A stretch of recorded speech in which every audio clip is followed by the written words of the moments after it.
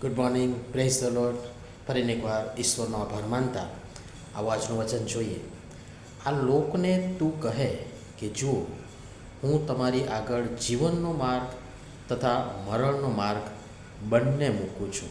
યર્મિયા પ્રબોધકનું પુસ્તક, તેનો 21મો અધ્યાય અને તેની 8મી કલમ. આજનો વિચાર.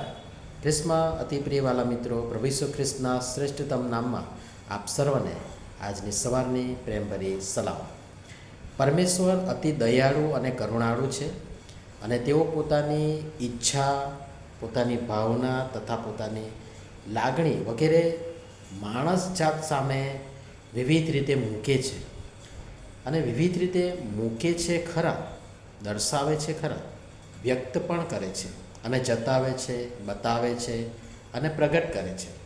અને હા, વળી તે મુજબ માણસ જીવે અને વર્તે એ આશા અને અપેક્ષા પણ રાખે છે. પણ એ કદી એ ઈચ્છા કે લાગણી કે ભાવના વગેરે માણસ જાત પર ઠોકી બેસાડતા નથી. તેમણે માણસ આગળ બધું ખોલી નાખ્યું છે, કશું છૂપું નથી. વળી માણસ જાતને સારું અને નરસું એ પસંદ કરવાની, નિર્ણય લેવાની સ્વતંત્રતા પણ તેમણે આપી. પણ માણસ જેવો એણે બનાવ્યો હતો એવો રહ્યો જ ક્યાં છે આજે? અને રહે તો માણસ શાનો? હવે એને પોતાની સમજ શક્તિ અને સમજણથી કામ લેવાનું, અને એની સમજણ અને પસંદગી તથા નિર્ણયને આધારે એનું ભાવિ નક્કી થાય. જો ઈશ્વરે માણસને કડક શબ્દમાં કહી દીધું હોત કે ભાઈ તારે આ જ કરવું, ફક્ત જીવનના જ માર્ગે ચાલવું, અને એક જ માર્ગ હોત તો કોઈ જ સવાલ નહોતો, કોઈ વિકલ્પ જ નહોતો.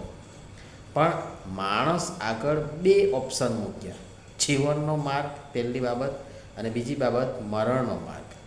અને અફસોસ કે આપણે માણસ જાત તરીકે જાણી જોઈને પરિણામથી બાખૂબી વાકેફ હોવા છતાં બીજો માર્ગ જ પસંદ કરીએ છીએ. અને એમ કરીને આપણે માણસ જાત ઈશ્વરની એ લાગણી, એ ઈચ્છા અને મારા તમારા આપણ સર્વના જીવન પાછળનો તેમનો જે હેતુ છે તે એનો અનાદર કરી એની અવગણીએ છીએ. પણ યાદ રાખો, દેવની ઈચ્છા પૂરી કરવી, તેમની લાગણી તથા ભાવના જે માણસ જાત પ્રત્યેની છે તેને જાણી સમજી પરિપૂર્ણ કરવા તથા પ્રાર્થના સહિત એ પ્રયત્ન કરવા, એમાં જ માણસનું હિત તથા કલ્યાણ છે. અને માણસ જો આટલું સમજી વિચારીને એને પાળે, અમલમાં આણે, અનુસરે, તો એમાં એનું જ કલ્યાણ અને હિત છે. એમાં કોઈ બેમત નથી, કોઈ શક નથી. અને તેથી જીવનના અંતે કે ન્યાય કાળે હું કે તમે, આપણે સર્વ કોઈ બહાનું કે દલીલ કરી શકીશું નહીં કે મને તો તક જ નહોતી મળી, મને કંઈ ખબર જ નહોતી, મને કોઈ જણાવ્યું જ નહોતું, એ મારી આગળ રસ્તો જ નહોતો. નહીં ચાલે. કારણ તમારી ને મારી, આપણી સર્વની આગળ 2 માર્ગ પરમેશ્વરે મૂકેલા જ હતા અને મૂકેલા જ છે. પહેલો જીવનનો માર્ગ અને બીજો મરણનો માર્ગ. શાના પર ચાલશું? નિર્ણય તમારે કરવાનો છે, મારે કરવાનો છે.